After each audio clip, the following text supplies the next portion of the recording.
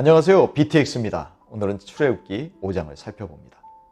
모세와 아론은 이스라엘 장로들과 백성들에게 하나님의 모든 말씀을 전하고 이적들을 행합니다.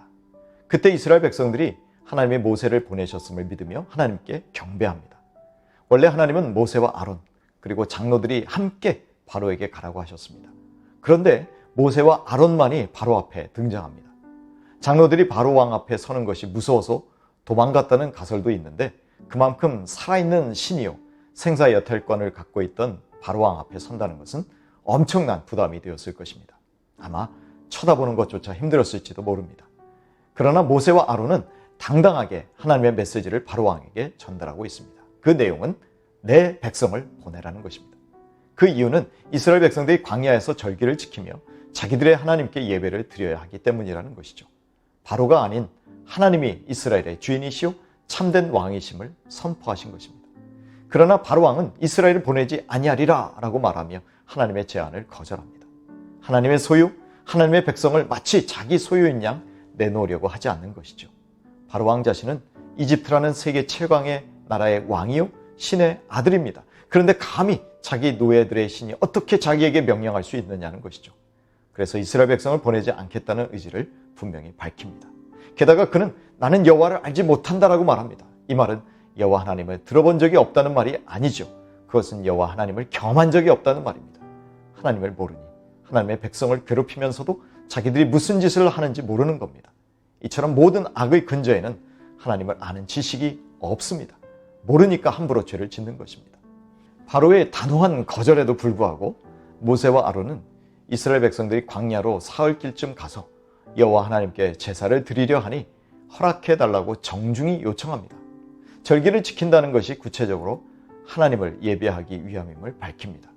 그러나 만약 그것을 바로왕이 허락하지 않으면 하나님이 전염병이나 칼로 우리를 칠까 두렵다고 말합니다. 여기에 우리는 모세와 바로를 포함하므로 바로가 허락하지 않으면 애굽과 이스라엘 백성 모두 재앙을 받게 된다고 엄중히 경고한 것입니다. 그러나 바로는 가서 일이나 하라고 일거에 거절합니다. 애굽 왕은 모세가 전한 하나님의 말씀을 그저 일이나 쉬면서 게으름 피우겠다는 핑계로 보고 있습니다. 이렇게 바로가 하나님의 명령을 거절할 것은 이미 하나님이 말씀하셨었습니다. 따라서 바로가 이스라엘 백성들을 쉽게 보내지 않으리라는 것은 놀랄 일이 아닙니다.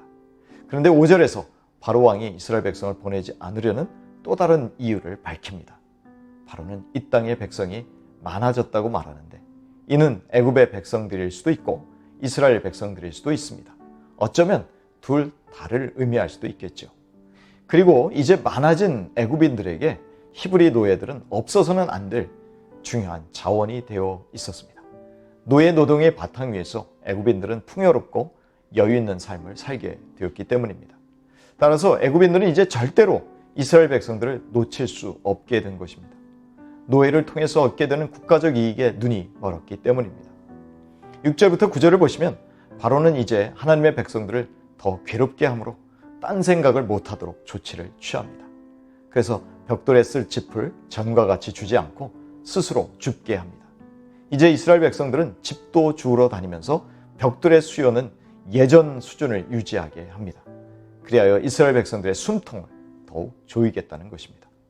이렇게 하는 이유는 그들이 여유가 있고 게을러서 일은 하지 않고 하나님께 제사를 드리자고 주장하기 때문이라는 것이죠. 바로의 이러한 조치들의 목적이 있습니다. 그것은 모세와 아론의 말, 즉 하나님의 말씀을 듣지 않게 하려는 데 있습니다. 게다가 하나님의 말씀을 거짓말이라고 선동합니다. 10절부터 14절을 보시면 바로는 이스라엘 백성들을 더욱 옥죄기 위해서 감독들에게 명령하고요. 또 그 감독들은 자기들이 세운 이스라엘 백성의 작업 반장들에게 명령합니다. 하나님이 이제 자기들을 돌보시고 은혜 베푸신다고 기대했던 이스라엘 백성들은 더욱 열악하게 된 노동 환경에 경악하고 절망하게 되었습니다. 하지만 아론이 장로들을 만났을 때 바로가 완악하여 이스라엘 백성을 보내지 않으려고 할 것이라고 이미 알려주었죠. 그러나 하나님이 이미 말씀하셨더라도 누구나 직접 괴로운 일을 당하면 당황하게 될 수밖에 없을 것입니다. 이처럼 하나님의 사역을 감당함에 시험과 고통스러운 과정이 있음을 알아야 합니다. 처음부터 평탄한 길이 열리지 않습니다. 그리고 그것은 하나님이 미리 예고하신 일이었습니다. 바로는 감독들에게 폭행을 당한 이스라엘 기록원들의 호소에 귀를 기울이지 않습니다.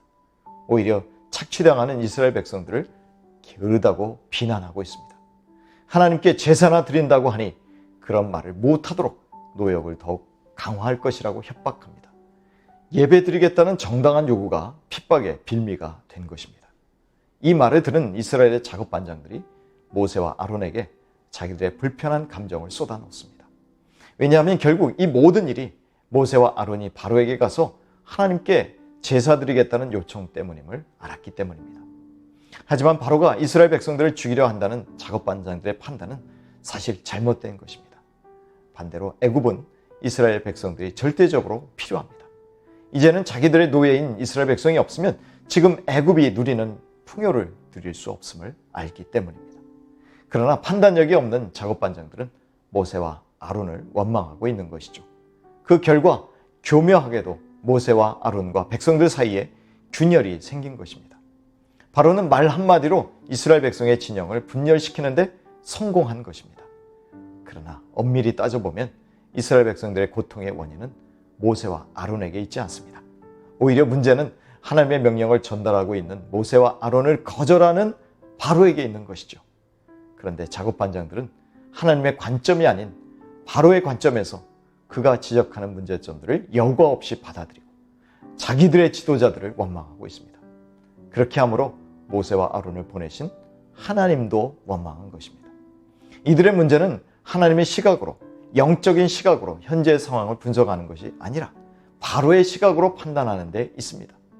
모세와 아론 때문이라고 바로가 언급하니까 그 바로의 해석과 판단을 그대로 수용해서 모세와 아론을 향해서 비난의 화살을 돌리고 있는 것이죠. 우리는 이러한 마귀의 전략에 속아서는 안 됩니다. 그들은 언제나 하나님의 백성들을 분열시키려고 합니다. 거대한 하나님의 군대가 내부의 분열 때문에 힘을 쓰지 못하고 일어나지도 못하게 하려고 합니다. 지금 당장의 고통만을 보지 마십시오. 그 고통 배후에서 여전히 함께 하시며 일하시는 하나님의 뜻을 살피시고 분별하십시오. 사람들의 말이 아닌 하나님의 말씀으로 다시 돌아가서 귀를 기울이십시오.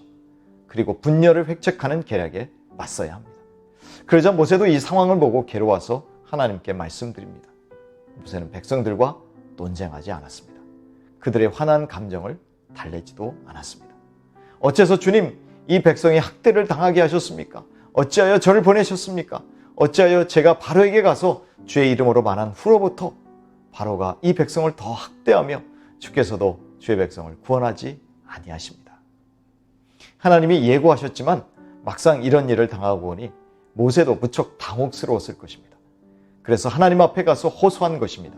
믿을 분은 그를 보내신 하나님밖에 없기 때문입니다. 이처럼 하나님의 말씀을 전달하고 실행하는 지도자 모세는 오해를 받습니다. 지도자는 지지자나 친구로부터 환영을 받든 받지 못하든 혹독한 반대에 직면하든 그의 책임을 모두 이행하면서 홀로 설 수 있는 충분한 자원을 가진 자여야만 한다. 이 지도자는 오직 하나님만으로 만족할 수 있는 준비가 되어 있어야만 한다. 우리는 하나님의 계획과 섭리를 믿어야 합니다. 그분의 궁극적인 구원과 기적의 역사도 믿어야 하지만 중간에 그 계획이 성취되기도 전에 겪어야 할 고통스러운 과정도 견뎌야 함을 분명히 알아야 합니다. 이 고통이 궁극적인 하나님의 구원을 이루는 하나의 과정임을 또 분명히 깨달아 알아야 할 것입니다.